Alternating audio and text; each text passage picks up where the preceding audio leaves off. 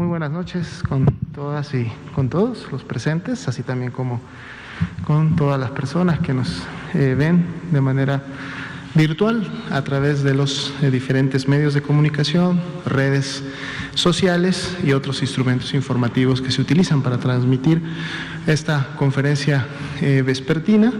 La realizamos todos los días desde Palacio Nacional, aquí en la Ciudad de México, a partir de las 7 de la noche, y tiene como objetivo poder actualizar e informar sobre la ocurrencia, el comportamiento y los principales eventos en relación a la epidemia de COVID-19 en México.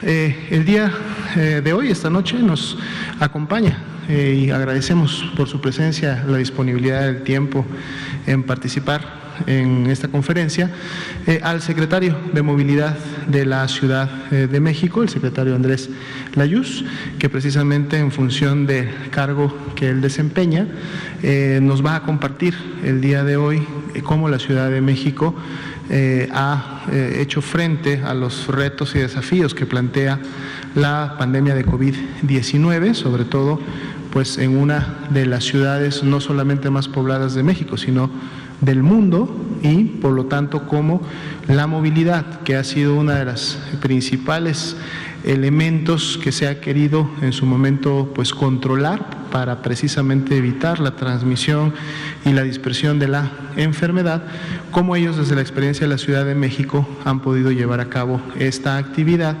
buscando y en su momento logrando siempre este balance del cual hemos hablado desde que empezó la nueva normalidad, que tiene que ver con balancear el bien social, que es la salud y en este caso el logro de la misma, así como por otro lado también el bienestar socioeconómico, que es parte integral de este bienestar social que todas las personas tenemos derecho a obtener. Vamos a iniciar como todas las noches actualizando las cifras y la estadística para la epidemia en México, y posteriormente entonces pasaremos a este componente temático. Vamos a pasar al frente.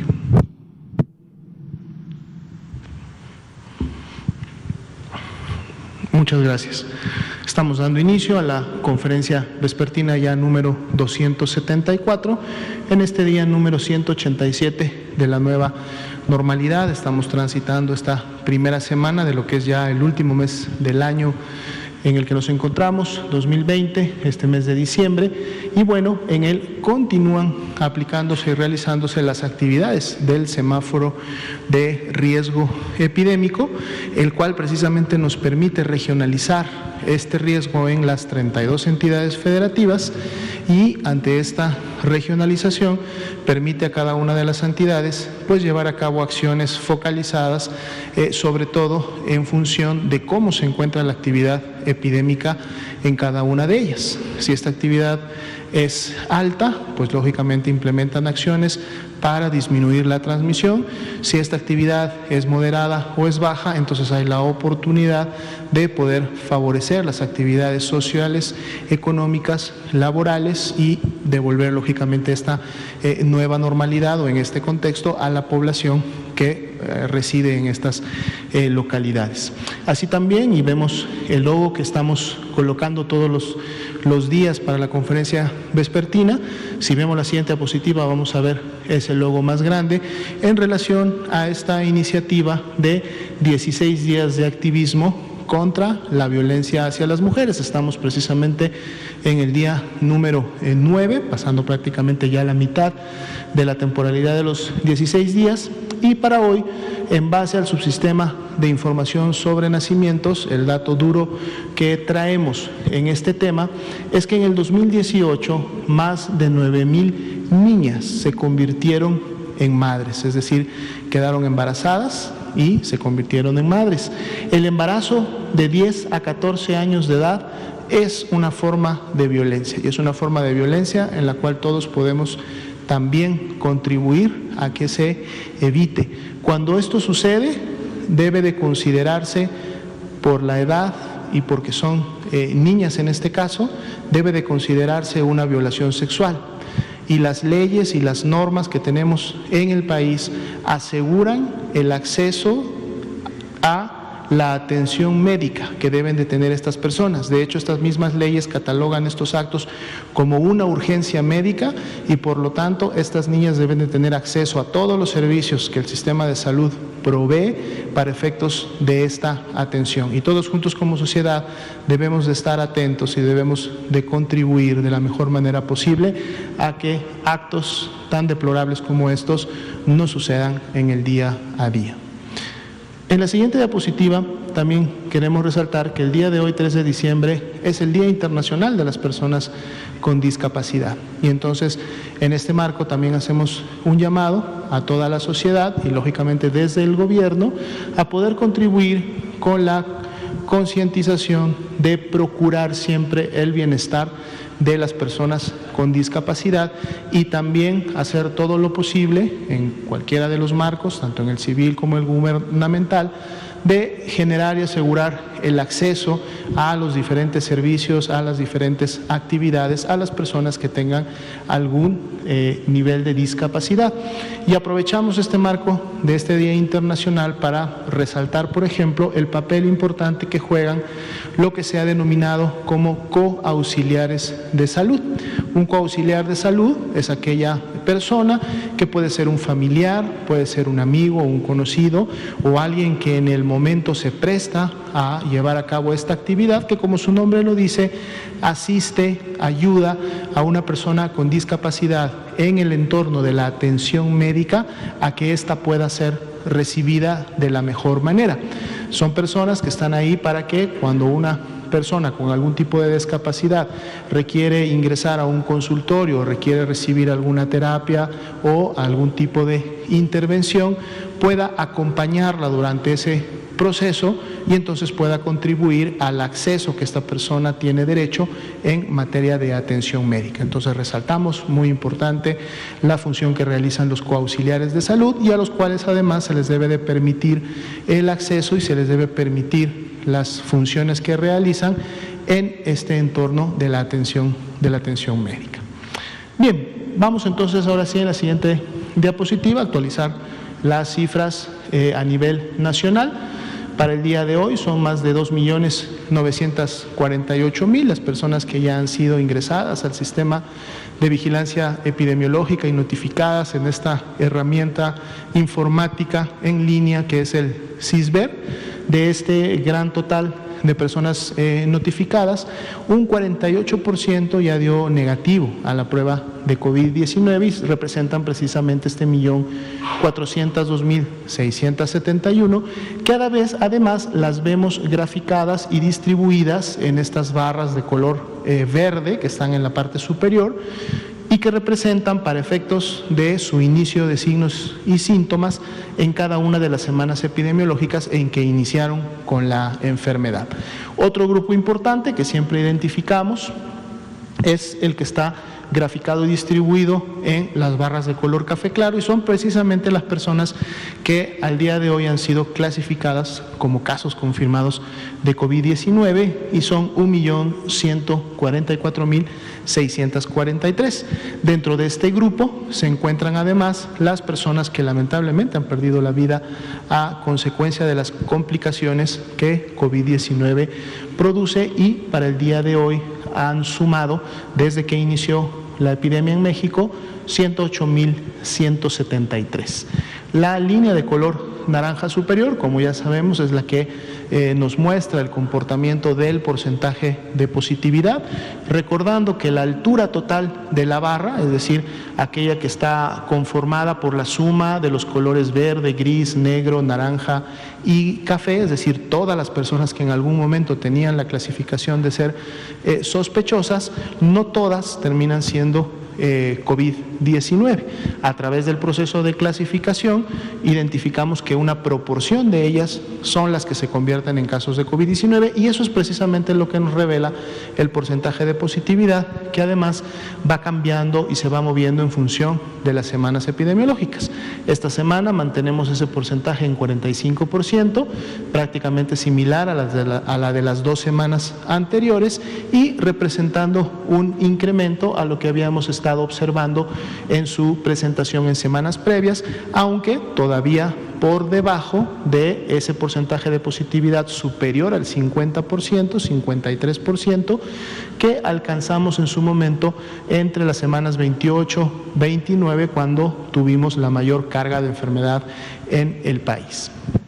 Si vemos la siguiente diapositiva, vamos a ver la curva de casos estimados, que precisamente la obtenemos cuando utilizamos este porcentaje de positividad, lo aplicamos a todos estos grupos de personas que todavía no han sido clasificadas como COVID-19, las sumamos a las que ya han sido clasificadas y entonces podemos decir, por ejemplo, para el día de hoy, que más de 1.323.000 personas que están registradas en el CISBER las consideraríamos ya como casos confirmados de COVID-19 y entonces también las distribuimos por su fecha de inicio de síntomas, por semana epidemiológica y entonces nos permite ver el comportamiento de la curva epidémica nacional. Para el día de hoy y para efectos de comparar la semana 46 con la semana 47, tenemos un incremento de más 12% y por lo tanto continuamos con una tendencia ascendente que venimos observando prácticamente desde las semanas 39 y 40, cuando se revirtió la tendencia descendente que traíamos desde la semana 28. Estamos jueves, todavía nos falta para efectos de esta semana el viernes, el sábado, en función de que este más 12% todavía puede continuar creciendo y además podría continuar haciéndolo en semanas posteriores. Recordando lo que hicimos la semana pasada, en el momento en que nosotros identificamos que la siguiente semana, es decir, en este caso, si la semana 48, que todavía no está graficada, si la semana 48 empezara ya a presentar una tendencia ascendente, y es decir, tuviera más casos ya que la semana 47, entonces no nos esperaríamos hasta el domingo a abrir esta información, sino que la podríamos en cualquier momento de la semana presentar para que se vea precisamente esta tendencia. Hasta el momento, dado que tiene un comportamiento descendente, pero este comportamiento todavía no se afianza hasta que cierre la semana actual, pues entonces todavía no lo presentamos para no generar una expectativa que pudiera ser no correcta de que hay nuevamente un descenso. Vamos a mostrar si hay un descenso cuando abramos la semana y si este se mantiene o si este está realmente ocurriendo. 5% la proporción de casos activos estimados, es decir, el grupo de personas que conforman la epidemia activa en México. Si bien es cierto, estimamos que más de 1.323.000 han sido los casos confirmados de la epidemia, solo el 5%, es decir, 71.519 también se estiman, son las personas que se encuentran enfermas en los últimos 14 días y que por lo tanto son el grupo que puede continuar en su momento dispersando la enfermedad. 843.231 son las personas recuperadas y también es importante ver que una gran proporción de todas las personas que enferman terminan recuperándose de la misma y pueden nuevamente reintegrarse a sus labores. Si vemos la siguiente diapositiva, tenemos el enfoque sobre el comportamiento de la mortalidad. Para fines prácticos, prácticamente tenemos 4 semanas ya continuas en una estabilidad de meseta. Para el día de hoy, en comparación a la semana 46, sobre la 47, crecimiento muy ligero de 1 punto porcentual que viene afianzando este comportamiento de meseta y que, a diferencia de lo que hemos estado observando en los casos en donde sí hay un incremento y una tendencia ascendente, las personas que fallecen lamentablemente a consecuencias de la enfermedad no han tenido ese mismo incremento, al menos no hasta el momento, pero sí mantienen pues un nivel que para efectos de cada semana epidemiológica está siendo alrededor de los 3.000.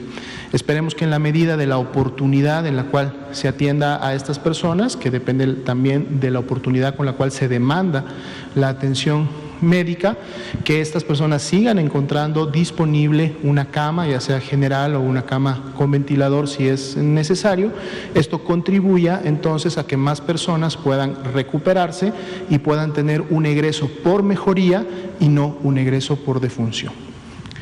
Si vemos la siguiente diapositiva, enfocamos a la ocupación y disponibilidad hospitalaria. Aquí tenemos la de las camas generales y bueno, podemos ver que a partir del estado de Baja California, que tiene una ocupación del 51%, de ahí hacia la izquierda, Zacatecas, Coahuila, Hidalgo, el Estado de México, Nuevo León, Guanajuato y la Ciudad de México están en este interín entre un 50 y un 70, recordando que 70 es un nivel de seguridad, y el Estado de Durango sí ha superado ya este nivel de seguridad con 74%, por lo que las acciones de reconversión y expansión hospitalaria deben de estar en la mayor actividad para evitar que este 74% continúe incrementándose y por lo tanto ponga en riesgo de saturación a las unidades médicas en esta entidad.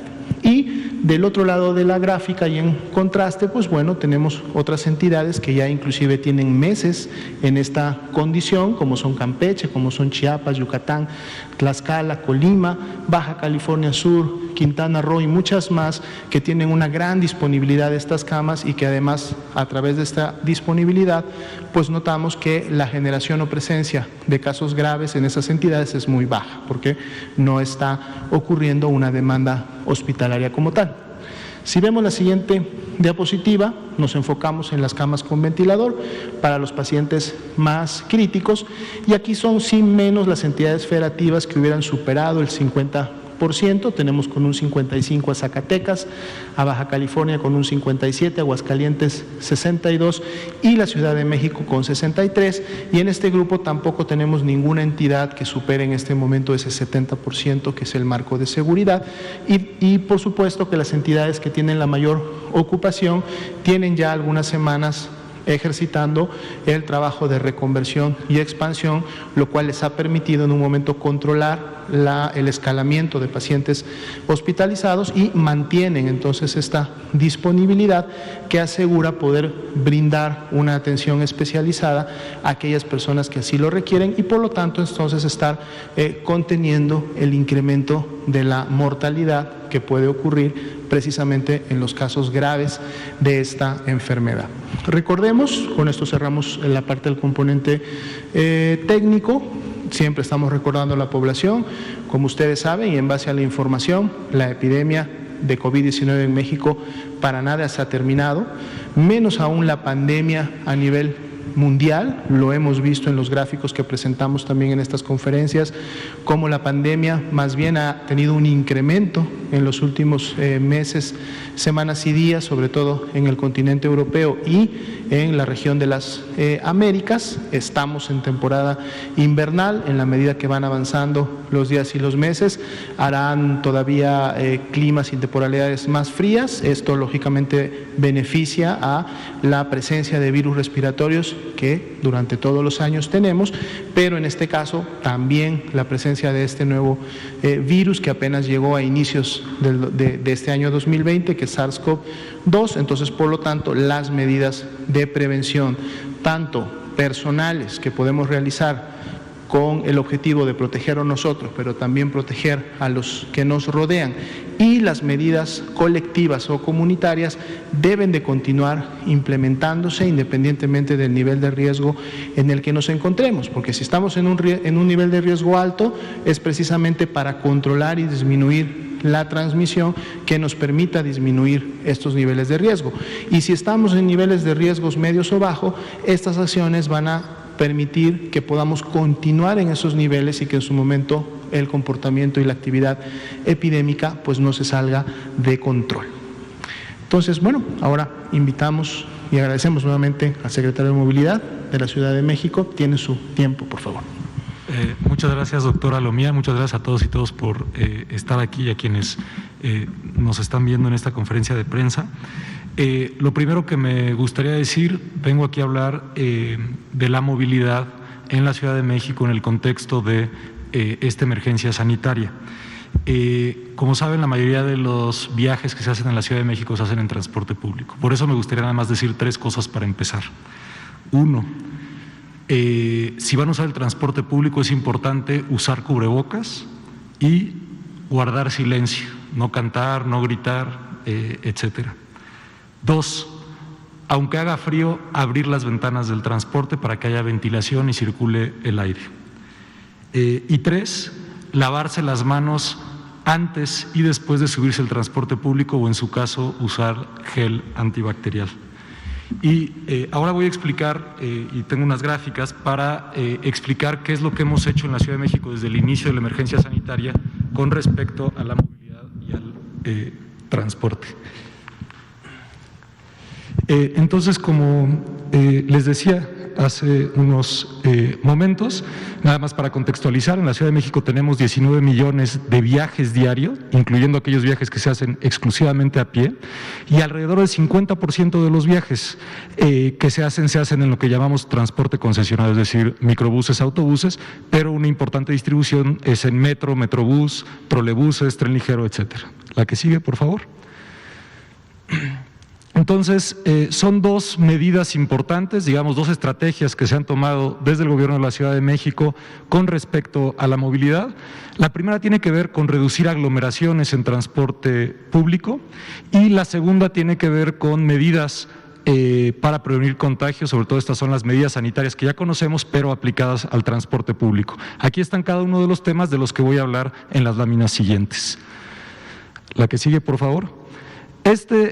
Son las gráficas que nos muestran cómo cambió la movilidad dentro de la Ciudad de México al inicio de la Jornada Nacional de Sana Distancia. Lo que vemos es que hubo una reducción muy importante en la movilidad, sobre todo lo que tiene que ver las visitas a tiendas o lugares de entretenimiento, a las estaciones de transporte, incluso a los lugares de trabajo, pero un incremento en la movilidad en las zonas residenciales. Es decir, las personas se siguieron moviendo dentro de sus colonias, pero no haciendo los viajes largos que se suelen hacer al trabajo o a otros lugares. Y a partir de lo que llamamos la nueva normalidad, empieza a haber una recuperación en el sentido de que se va acercando otra vez a los niveles previos a los de la Jornada Nacional de Sana Distancia. La que sigue, por favor. Esto ya tiene que ver específicamente con el uso del transporte público que opera el Gobierno de la Ciudad de México. Tenemos hasta arriba de la gráfica la medida de lo que es el día típico y después las reducciones que hemos visto en el uso del transporte público, y en la línea punteada morada vemos el tránsito vehicular. En el caso del transporte público, cuando inicia la Jornada Nacional de Sana Distancia, tenemos reducciones de hasta 75% en la afluencia en el metro o en el metrobús, que son nuestros transportes masivos más importantes, y también en el tránsito vehicular. Sin embargo, una vez que entramos a la nueva normalidad, empieza a subir otra vez la afluencia, aunque nunca hemos tenido una afluencia, digamos, que recupere, que no tenga una pérdida de 45% frente a una situación normal en el caso del metro, incluso ahora en el caso del metrobús. En el caso del tránsito vehicular, sí vemos una recuperación e incluso en las últimas semanas nos estamos ya acercando mucho y solo tenemos una reducción de alrededor de 15% frente a la situación típica. La que sigue, por favor. Esta gráfica es la que es muy importante porque es la que nos explica cuáles fueron las medidas que tomó el Gobierno de la Ciudad de México. Aquí lo que vemos abajo es la hora en la que la gente se sube al transporte público y lo que vemos en el índice vertical es la afluencia total. En el caso del transporte público, que es la línea anaranjada más clarita, la que está hasta arriba es cómo funciona típicamente el transporte público. No es sorpresa para nadie que alrededor de las 7 de la mañana tenemos una hora pico muy pronunciada y volvemos a tener otra hora pico alrededor de las 6 de la tarde. En el caso del tránsito vehicular vemos algo muy parecido, igual en la línea clarita, que es la de los días típicos antes de la Jornada Nacional de Sana Distancia, con también un pico alrededor de las 2 o 3 de la tarde, que solía ser la salida de la escuela, etcétera. En contraste, en las líneas que están marcadas más fuertes ya es después del inicio de la Jornada Nacional de Sana Distancia. Lo que podemos ver es que en el tránsito vehicular cambiaron los horarios picos, desapareció sobre todo el pico de la mañana y en los momentos donde hubo menor tránsito también desapareció el pico de la tarde y más bien cuando se movió más gente fue entre 12 del día y 3 de la tarde, sobre todo por viajes de cuidado que llamamos o viajes de abasto, es decir, visita a familiares, ir a comprar comida, etcétera. En contraste, en el transporte público se mantuvieron los picos de la mañana y de la tarde, pero una afluencia mucho menor. Esto es porque el transporte público suele estar vinculado al uso por trabajadores que llamamos trabajadores de servicios esenciales, como es seguridad, salud, abasto, etcétera. La que sigue, por favor. Entonces, y aquí está, porque esto es precisamente lo que ha comentado antes el doctor Gatell en otras conferencias de prensa de lo que hicimos en el gobierno de la Ciudad de México, es frente a esta reducción en la afluencia total, esto no quiere decir, y nunca ha sido una política del gobierno de la Ciudad de México, restringir la movilidad. La movilidad es un reflejo del resto de las actividades que hay en nuestra ciudad, actividades económicas, actividades sociales, etcétera. Sin embargo, lo que hemos tratado de hacer durante todo este tiempo es mantener la frecuencia de autobuses y trenes de tal manera que la ocupación dentro de autobuses y trenes no sea tan alta como para que nunca se pueda tener alguna medida de sana distancia, digamos que haya aglomeraciones muy grandes. En el momento en el que hubo menor afluencia, hicimos algunos cierres de estaciones temporales. Y esto lo que nos permitió es que más trenes y autobuses llegaran a las estaciones que todavía tenían aglomeraciones más rápido y se desahogaran.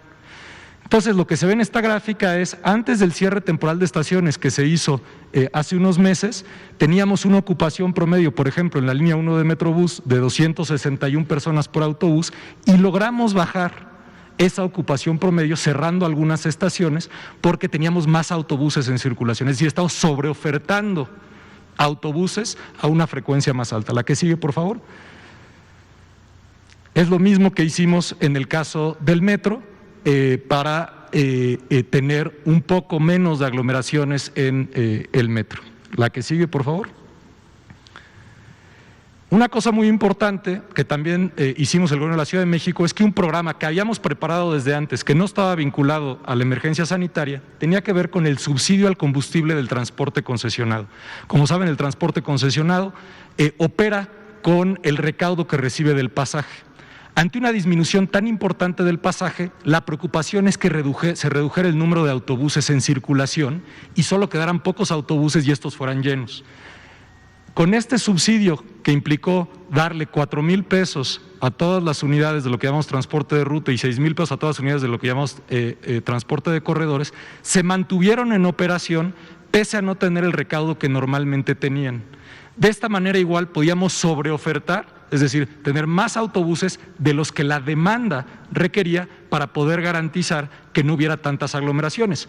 En algunos momentos, sobre todo en horarios picos, sigue habiendo aglomeraciones y en eso trabajamos para garantizar cierta frecuencia ahí, pero si ustedes van sobre todo en lo que eran, digamos, otros horarios picos, en una situación normal, hoy tienen menor afluencia porque están sobreofertados los autobuses. La que sigue, por favor. También en las principales estaciones de metro o Metrobús se hicieron sistemas de dosificación en la entrada, donde se ordenó la entrada justamente para poder guardar la sana distancia, sobre todo en los momentos más complicados. Ahí tenemos imágenes de, por ejemplo, la estación Toreo del metro, y me parece que es Indios Verdes en el caso del Metrobús, la imagen de abajo.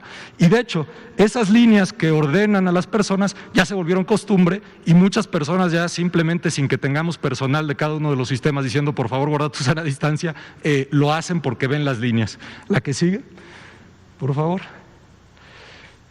Esto es lo que les decía de la dinámica horaria y esta gráfica muestra, en el caso del tránsito vehicular, el momento de menor afluencia, que es la línea punteada que está hasta abajo que hemos tenido en el tránsito vehicular, hasta arriba está la semana típica, es decir, antes de la Jornada Nacional de Sana Distancia, y después están varios ejemplos de lo que ha pasado, incluyendo la semana 48, que es la más reciente, que es la rosa fuerte abajo de la morada. Pueden ver que el pico de la mañana no ha regresado, es decir, seguimos sin tener esos viajes de entrada a la escuela, a la oficina que teníamos antes. El pico de la tarde del mediodía es mucho menos pronunciado y tenemos un poco el pico de la tarde se ha recuperado porque sabemos que se han reabierto comercios, se han reabierto restaurantes, etcétera. La que sigue, por favor. Y esto es importante porque también acordamos, el gobierno de la Ciudad de México acordó con varias cámaras industriales y varias cámaras de comercio recorrer ciertos horarios. ¿Por qué quisimos recorrer horarios? Porque sabemos y conocemos las horas picos tradicionales, como se las enseñé en las gráficas anteriores. Conforme se fueron abriendo otros negocios a la nueva normalidad, lo que les pedimos a estos negocios es que abrieran más tarde. Por ejemplo, que el sector de la construcción empezara a las 10 de la mañana, o en el caso del sector financiero incluso sigue empezando a las 10 de la mañana. Y con esto se logró recorrer la hora pico para que no cayeran todos los trabajadores que se están reincorporando a actividades en la hora pico tradicional. Por eso, si ven la línea anaranjada clarito, que es la típica, tiene su hora pico alrededor de las 7 de la mañana, pero cuando la ven ya, la más reciente, está recorrida, cerca de entre 7 y 8 de la mañana, y está recorrida a las 9. Y en la tarde está distribuida en distintos horarios esa hora pico. La que sigue, por favor. Lo mismo se ve en la línea 1 del metro, me parece que es bastante claro, se hablaba con respecto a la epidemia de aplanar la curva, y eso es precisamente lo que estábamos intentando en términos de la hora pico, que el pico no fuera tan pico, sino que fuera un poco más chato. Y con la colaboración de las cámaras industriales y Cámara de Comercios logramos achatar un poco las horas pico. La que sigue, por favor. Una medida adicional para reducir aglomeraciones en el transporte público fue la habilitación de ciclovías emergentes. En este mapa es toda la red de ciclovías en la ciudad que hemos expandido en los últimos 2 años, pero en azul está la ciclovía emergente de Insurgentes y la ciclovía emergente de Eje 4 Sur. La razón por la que se escogieron estas 2 avenidas es porque en el caso de Insurgentes cruza de sur a norte casi toda la ciudad, y en el caso de Eje 4 Sur lo hace de poniente a oriente. Adicionalmente, estas 2 avenidas tienen cada una línea de Metrobús, y las líneas de Metrobús tienen la ventaja de tener el transporte público al centro. Por lo tanto, la ciclovía, al estar en el carril derecho, no tiene conflicto con el transporte público como suele suceder en otras avenidas de la ciudad. La que sigue, por favor.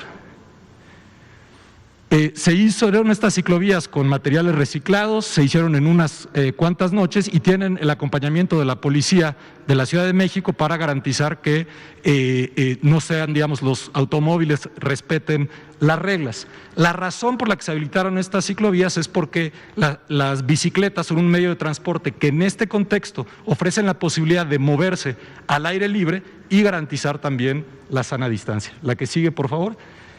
La aceptación en el uso de las ciclovías emergentes fue muy positiva.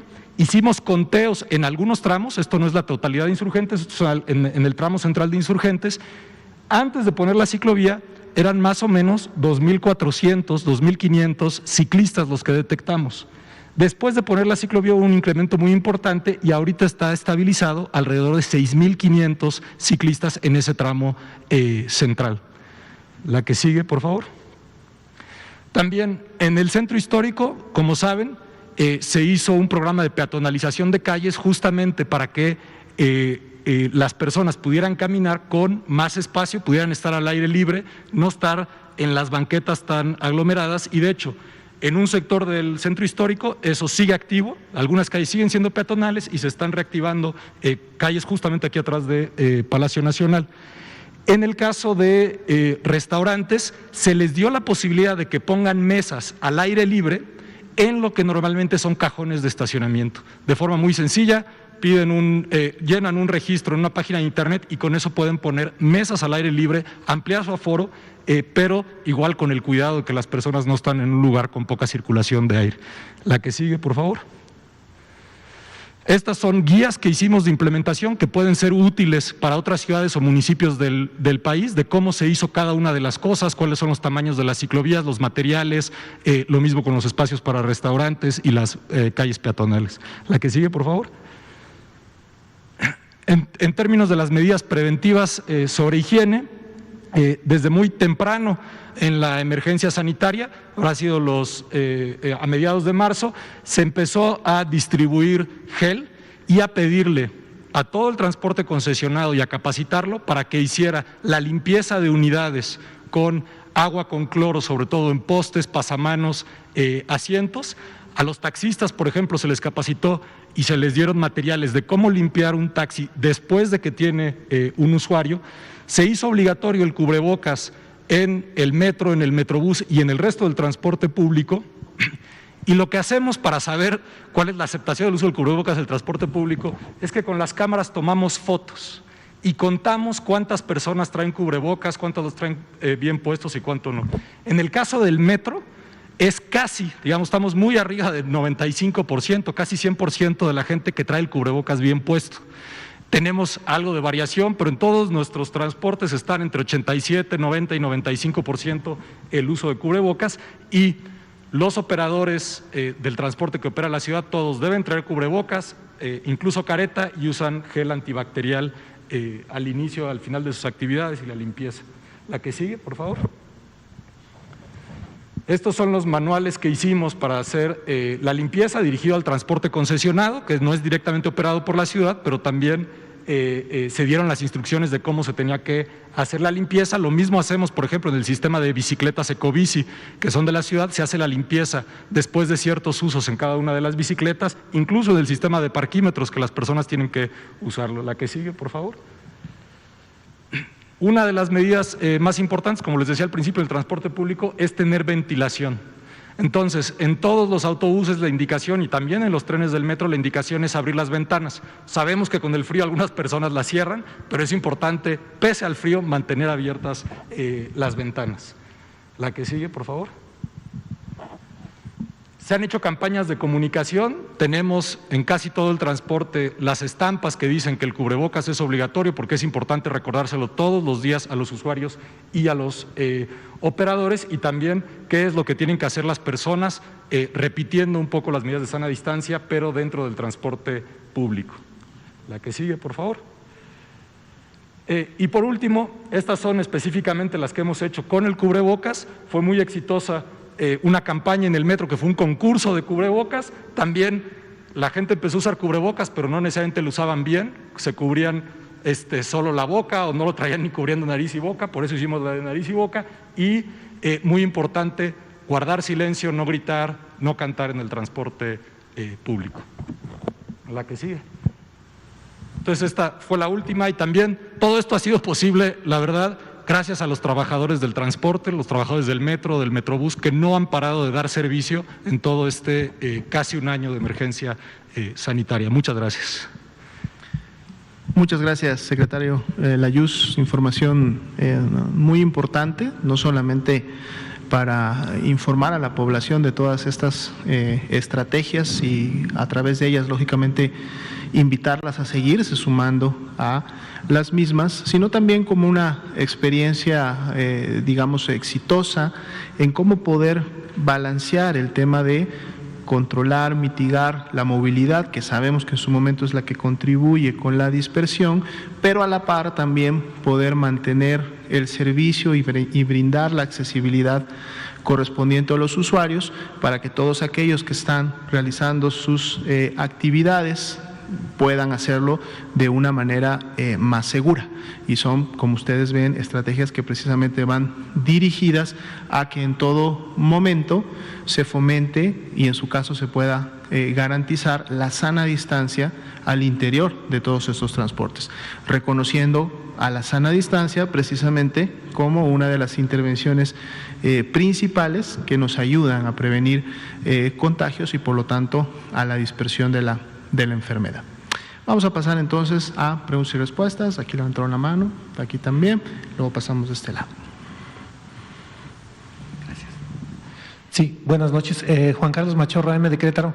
Para el secretario Layuz, si en caso que la Ciudad de México llegase a entrar a semáforo rojo, ¿qué otras prevenciones se tomarían en el caso del transporte para evitar que la movilidad sea un foco de contagio?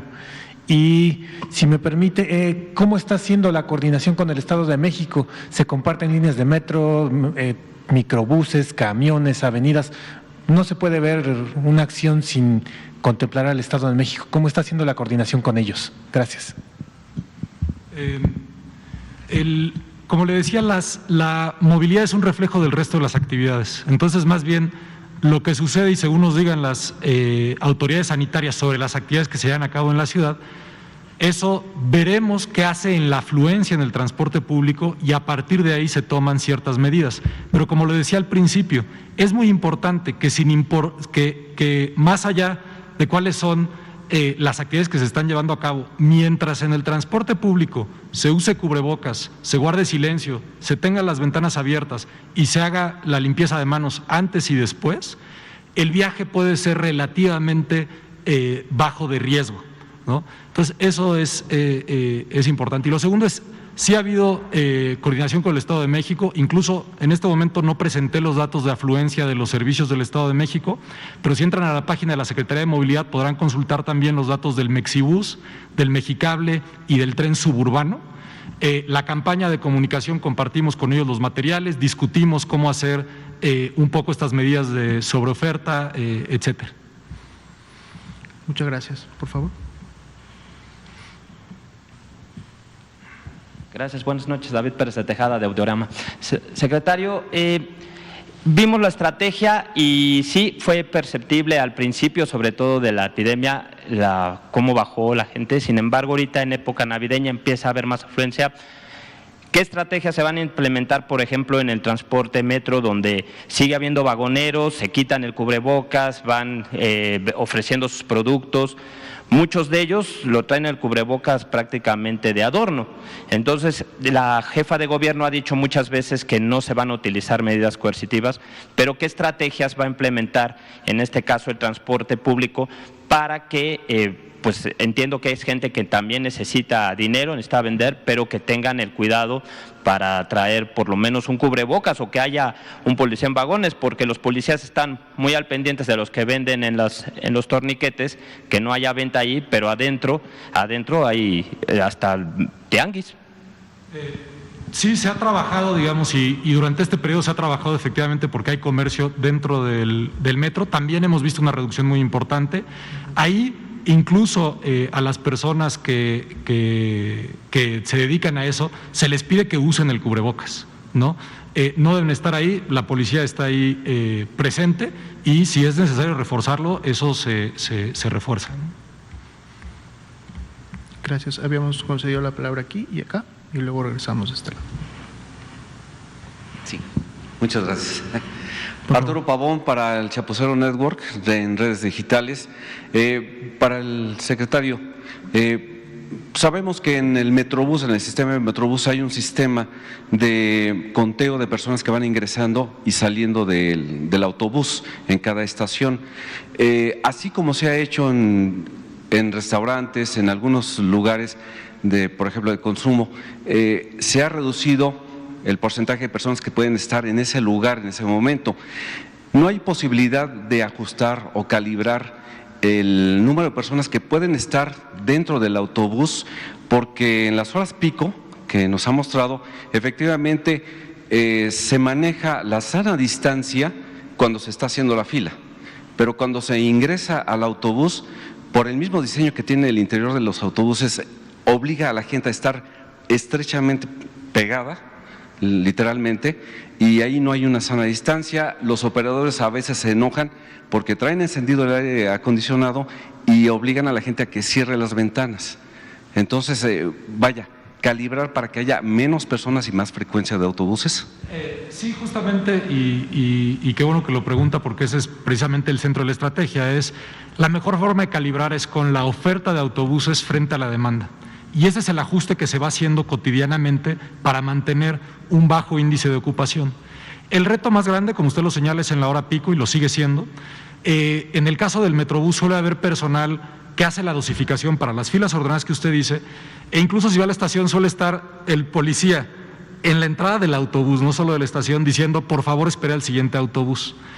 Las medidas que ponemos no son completamente restrictivas en el sentido de que la gente se sube, pero la recomendación sí es esperar al siguiente autobús, porque muchas veces lo que pasa es que el siguiente autobús viene más vacío y esa persona que tiene prisa por subirse al autobús, si espera un par de minutos más, sobre todo en las horas picos, por ejemplo, en la línea de Insurgentes, tenemos una frecuencia de paso que hay momentos que es de menos de 2 minutos, ¿no? Entonces, si uno espera, en 2 minutos es probable que llegue un autobús un poquito más vacío. Muy bien, por favor.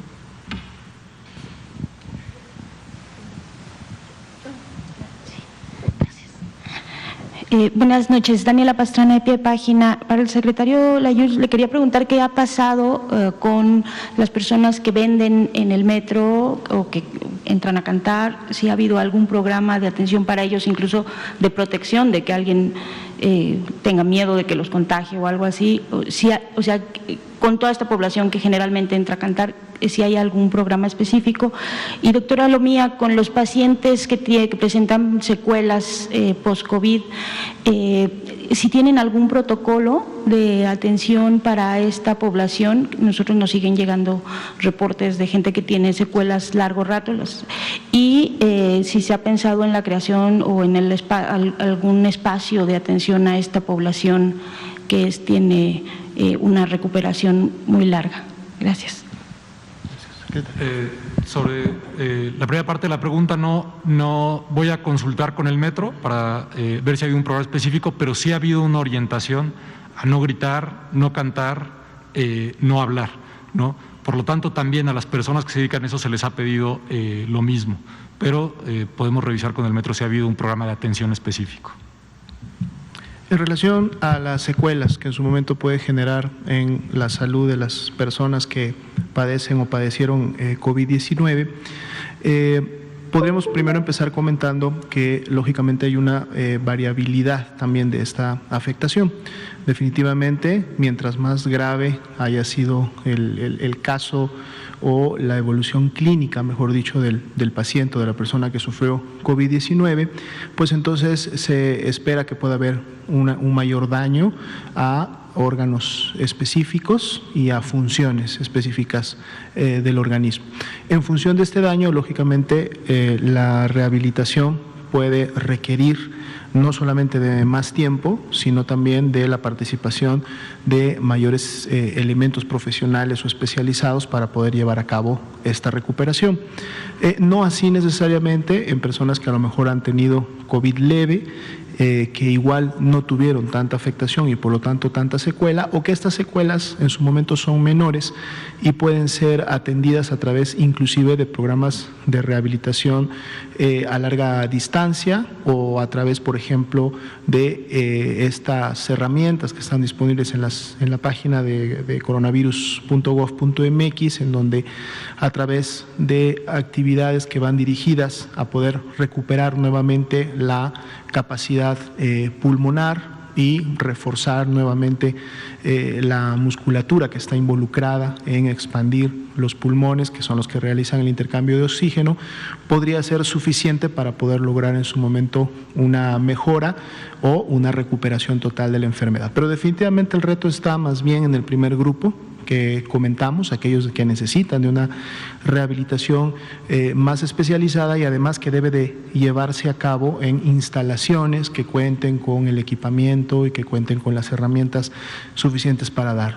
Se ha comentado también en esta conferencia que dentro de los rezagos históricos que el Sistema Nacional de Salud ha tenido, específicamente que tiene que ver con el tema de la rehabilitación y no solamente en el marco de COVID-19, sino pues de todas las enfermedades que en su momento producen secuelas, complicaciones o dejan cicatrices en diferentes lugares, requieren de una atención que actualmente no se tiene en la mejor, digamos, de las coberturas o inclusive de las capacidades. Por lo tanto, es un tema que se tiene que seguir trabajando para poder llevarla a cabo. Así como también hemos comentado que el sistema de salud tenía y tiene todavía en cierto grado una deficiencia de especialistas en las diferentes áreas que se requieren para la atención médica de los pacientes, y que es por eso que se implementó ya a partir de este año poder incrementar en su momento la cantidad de médicos residentes que están llevando a cabo ya una especialización y que por lo tanto en 3, 4 y 5 años, dependiendo de la especialidad que cada uno haya escogido, podremos tener una nueva y mayor generación de médicos especialistas que puedan estar disponibles y puedan integrarse a los servicios de salud y ofrecerlos a las personas, lógicamente, que las requieran. La expectativa es por lo menos estar duplicando el egreso de estas personas, estos médicos que en su momento se especializan en estas áreas. Hay grupos también que están orientados a la rehabilitación, pero lógicamente esto tendrá también que ir de la mano con la generación de infraestructura adecuada, que lógicamente puede estar a nivel de unidades hospitalarias ya existentes y en las cuales se puede expandir o en su momento remodelar áreas o espacios para estos servicios, o generar unidades que sean de especialidad completa para poder llevar a cabo esta actividad. En el día de hoy se hace sinergia precisamente con los profesionales que, por ejemplo, se encuentran en el sistema DIF a nivel nacional. Esta es una dependencia gubernamental que ha desarrollado en el transcurso de los años este tipo de capacidades para precisamente en el marco de poder atender a las poblaciones más vulnerables, lo ha promovido y lo tiene disponible. Pero se debe de reconocer que probablemente no sea suficiente para poder cubrir toda la demanda y que por lo tanto hay que seguir trabajando. Hay que seguir trabajando en esto. Es todavía un reto para el Sistema Nacional de Salud, para cada una de las instituciones que lo conforman, y que una pandemia, epidemia en México de una nueva enfermedad, pues lógicamente también devela que hay necesidades que todavía no están 100% atendidas y que tenemos que seguir trabajando en las mismas. Vamos a invitar tanto a los organismos institucionales como el que acabamos de mencionar, pero también algunos organismos de la iniciativa privada que sabemos se han enfocado y han invertido y están operando este tipo de servicios. Ya los habíamos estado en su momento contactando para que en el marco de COVID-19 podamos tener un componente temático al respecto y ellos nos puedan informar de cómo han dirigido y en su momento concentrado todas sus capacidades precisamente a la atención de pacientes COVID-19 y entonces poder tener una mejor perspectiva de por lo menos hasta el momento que se ha logrado, pero entonces también identificar qué es lo que falta para poder seguir trabajando. ¿Sí? Regresamos de este lado, por favor. Buenas tardes, buenas noches. Mi nombre es Héctor Tlatepa, de Puntos Suspensivos Radio, Puntos Suspensivos Comunicación. Mi pregunta es muy sencilla para también el secretario de Movilidad. Con respecto a este sistema y esta tecnología del QR que ya se está aplicando en la mayoría de los restaurantes de la Ciudad de México, ¿se han pensado en hacerlo también, implementarlo en en el transporte público? Ya que creemos que podría ser de muchísima utilidad y también pues creo que es donde se centra más en la población, ¿no? en el sistema de transporte público. Gracias. Sí, es una cosa justamente que hemos evaluado y ya en su momento se hará el anuncio correspondiente. Es una cosa que sí está, es una idea muy buena la que usted plantea y así la hemos estado evaluando.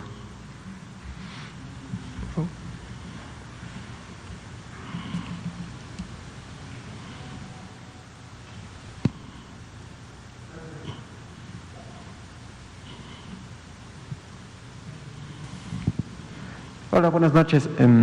Doctora Lomía, quiero preguntarle cuánto cuesta o cuál es el monto económico del contrato de las 34 millones de dosis de la vacuna Pfizer que ya se firmó ayer.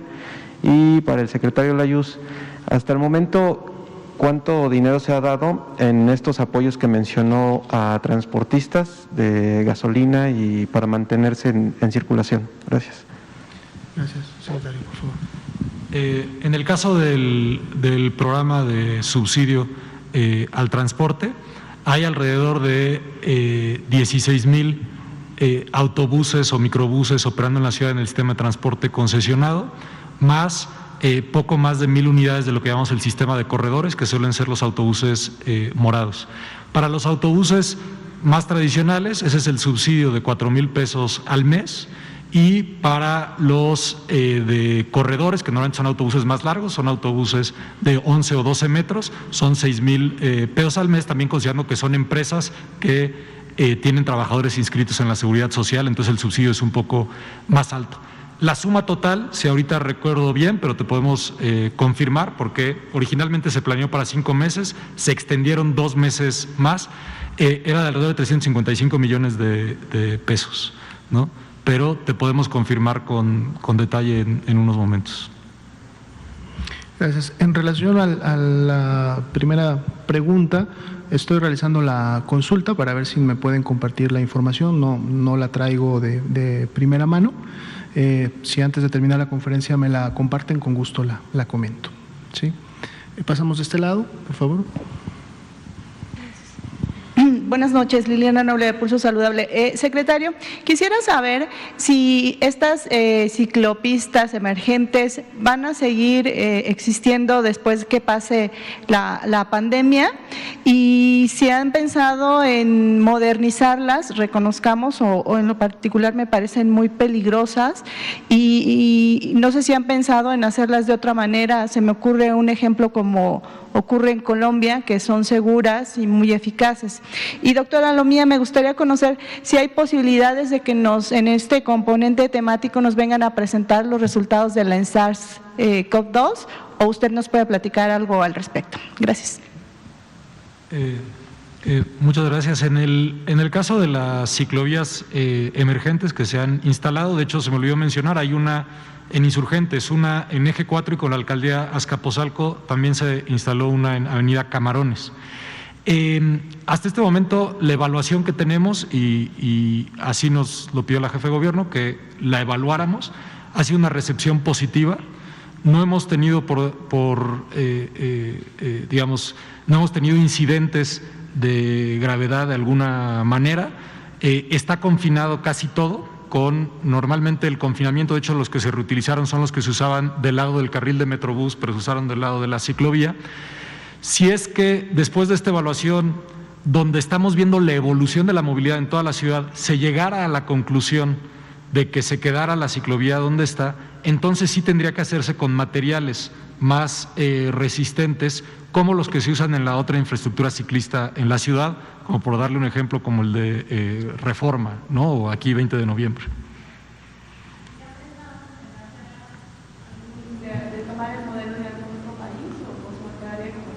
El estándar que usamos es un estándar que se usa, por ejemplo aquí la de 20 de noviembre es un estándar que se usa en muchos lugares sobre el tipo de confinamiento y el ancho de la ciclovía. Entonces probablemente sería, si es que llegáramos a esa conclusión, un estándar similar.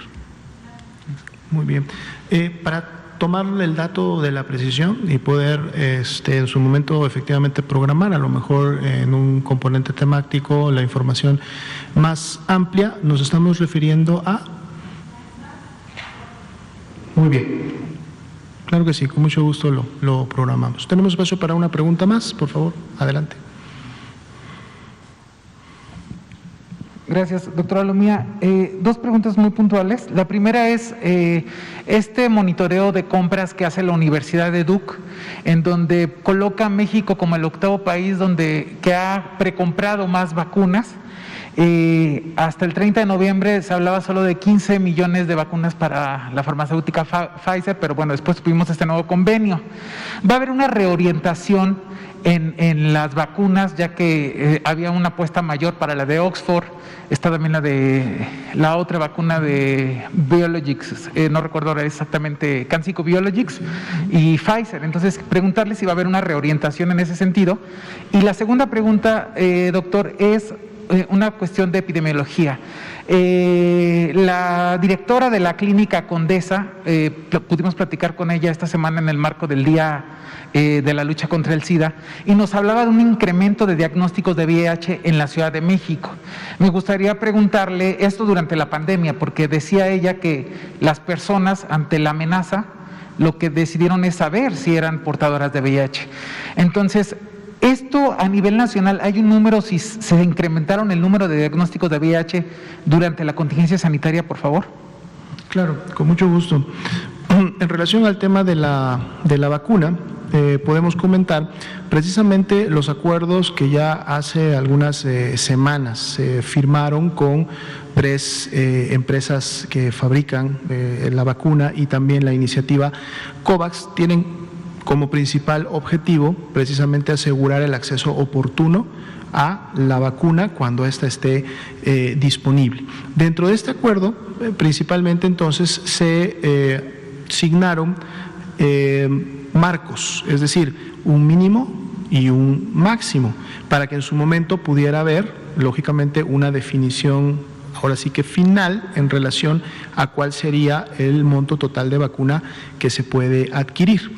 Y esto precisamente, o este marco de acción entre un mínimo y un máximo, precisamente le permite entonces al país, a través de ya la definición de su logística de vacunación, de los grupos a los cuales se va a llevar la vacuna, y para cada una de las vacunas, cómo contribuyen estas o cuál es la mayor facilidad de una logística para su distribución y su aplicación, entonces poder finalmente decidir entre o ya llegar a las cantidades totales finales para cada uno de estos grupos. Entonces podemos esperar todavía, digamos, movimiento en estas cantidades en función de lo que finalmente cada vacuna aporte como utilidad y facilite a la logística.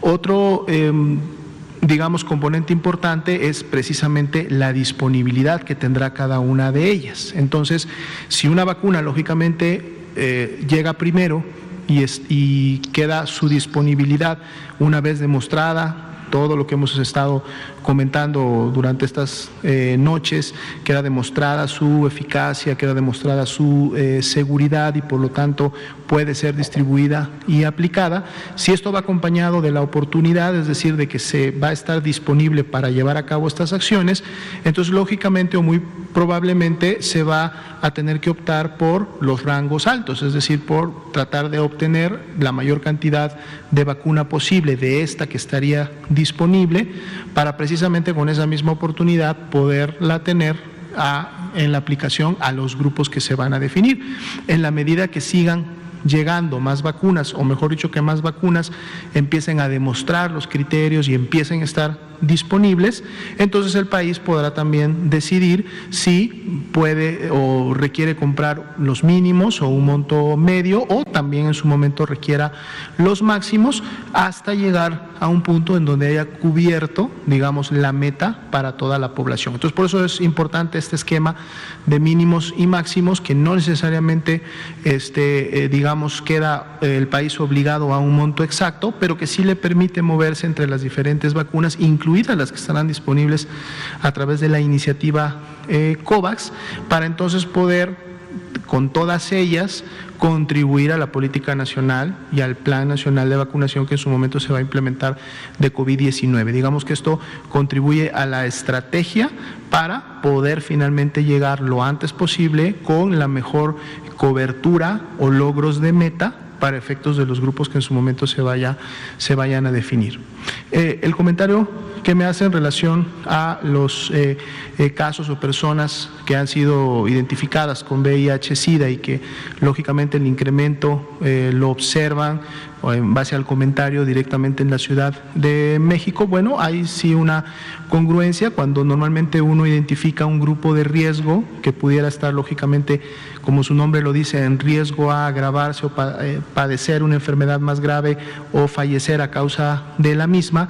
Muchas veces las personas se interesan o en su momento realizan actividades para poder identificarse si están en algunos de esos grupos, como puede haber pasado con las personas que puedan tener VIH o SIDA, pues también hay personas que en su momento han incrementado su detección, es decir, han tratado de tomarse más frecuentemente la tensión arterial para ver si a lo mejor eran hipertensas y no lo sabían, o se han realizado la prueba de glucosa para en su momento tratar de identificar si a lo mejor y son diabéticas y por lo tanto tendrían que cuidarse más. El sistema de vigilancia epidemiológica lógicamente registra esta emisión de notificación de búsqueda a través del sistema.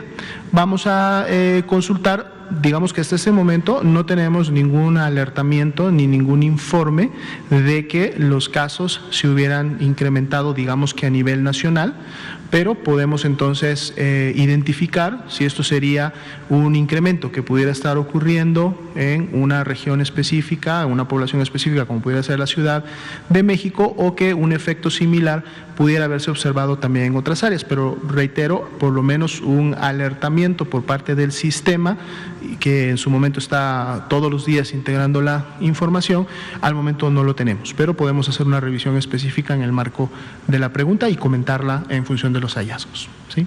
Muy bien, pues muchas gracias a todos, muy buenas noches, esperamos vernos el día de mañana en una nueva conferencia. Gracias.